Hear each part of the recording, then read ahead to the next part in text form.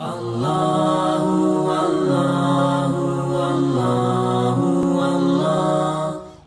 Assalamualaikum warahmatullahi wabarakatuh. Waalaikumsalam warahmatullahi wabarakatuh. Alhamdulillahi rabbil alamin. Kita mengucapkan puja dan puji syukur kehadirat Allah subhanahu wa ta'ala.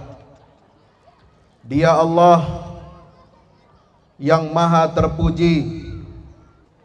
Dia Allah yang maha esa. Dia Allah yang maha berkuasa. Dia Allah yang maha mencipta. Seluruh alam semesta ini ciptaan siapa? Allah. Bumi tempat kita berpijak ciptaan siapa? Langit yang ada di atas kita ini ciptaan siapa? Bintang, bulan, matahari ciptaan siapa? Kita punya mata ciptaan siapa? Telinga kita ciptaan siapa? Hidung kita, hati kita, jantung kita, ginjal kita. Kita bisa bernafas, menghirup udara segar di malam hari ini. Kita dapat hadir, duduk di majelis ilmu dalam peringatan Muharram tahun baru 1441 Hijriah.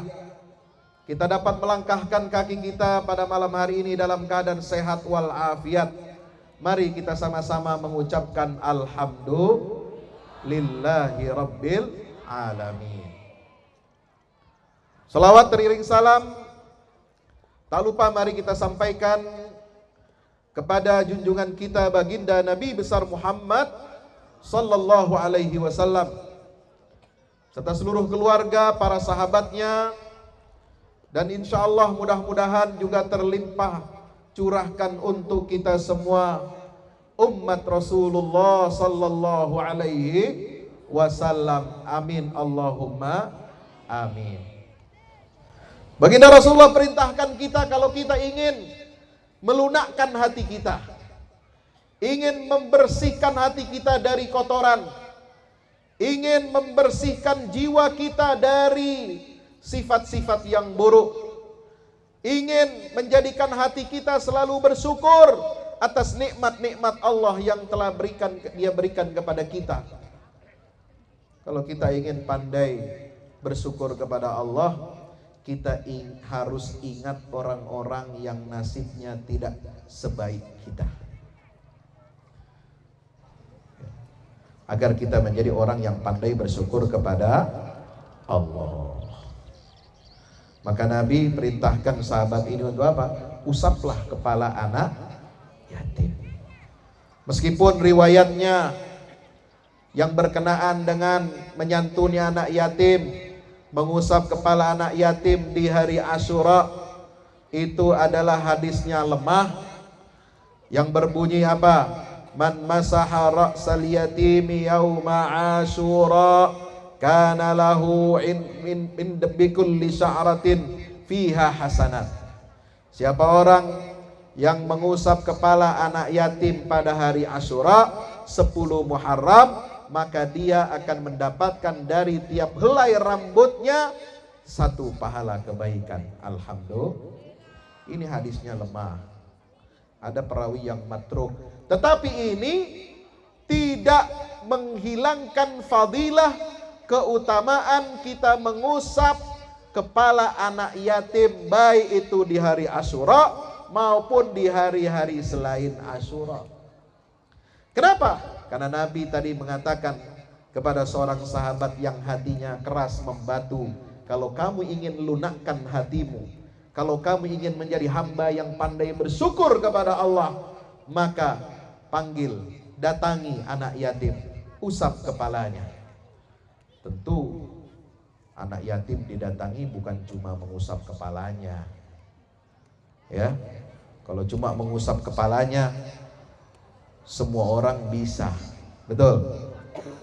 Tapi juga kita bermakna mengusap di situ adalah memberikan santunan, perhatian dan kepedulian kepada nasib anak yatim.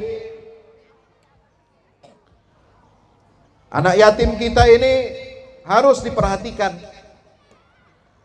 Jangan sampai mereka ditelantarkan.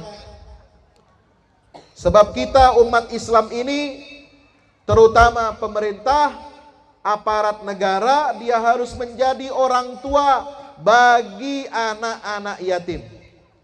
Sebab Nabi SAW memposisikan dirinya sebagai apa? Ana waliyu man la waliyalah. Aku ini maksudnya perkataan hadis Rasulullah ini adalah pemerintah. Karena beliau adalah sebagai kepala negara. Rasulullah ini bukan cuma Nabi dan Rasul, tapi pemimpin negara. Pengambil kebijakan tertinggi dalam urusan politik, sosial, ekonomi, kemasyarakatan, sampai keamanan dan pertahanan luar negeri. Itulah baginda Rasulullah sallallahu alaihi wasallam. Aku, kata Rasulullah, adalah wali orang yang tidak punya orang tua atau tidak punya wali. Urutan wali itu pertama adalah bapak. Yang kedua kakek. Kalau tidak ada dua, bapak, kakek, paman. Kalau tidak ada pamannya, kakak atau adiknya yang laki-laki. Insya Allah. Maka dari hadis itu lahirlah istimbat hukum bahwasanya pemerintah bisa menggantikan posisi wali nikah. Kalau anak perempuan mau kawin, siapa yang jadi wali anak perempuan ini? Orang tuanya tidak ada, ayahnya tidak ada, kakeknya sudah meninggal, pamannya tidak ada, saudara laki-lakinya tidak ada.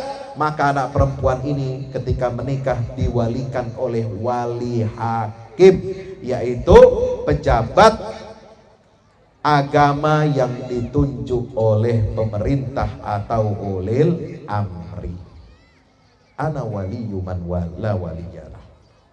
Siapa yang memuliakan anak yatim, berarti dia sama dengan memuliakan baginda Rasulullah sallallahu alaihi wasallam. Kenapa?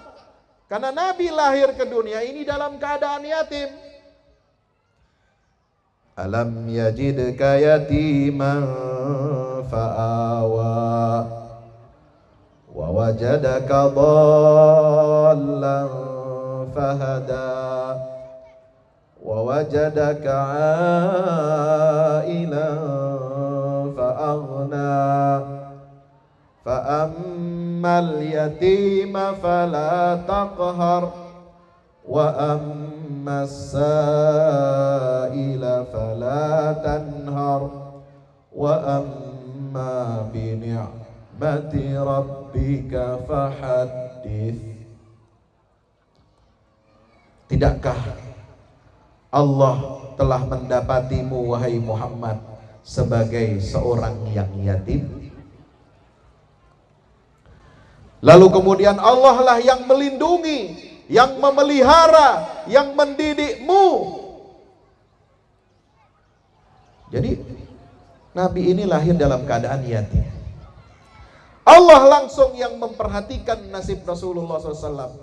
Allah yang membimbing langsung Rasulullah SAW. Allah yang menjaga langsung baginda Nabi besar Muhammad sallallahu alaihi wasallam, sehingga Nabi sebagai anak yang lahir dalam keadaan yatim, beliau sangat peduli kepada anak-anak yatim, sehingga turun wahyu kepada Rasulullah yang menggambarkan siapa yang mendustai agama, mereka itu adalah orang-orang yang membiarkan dan menelantarkan anak yatim.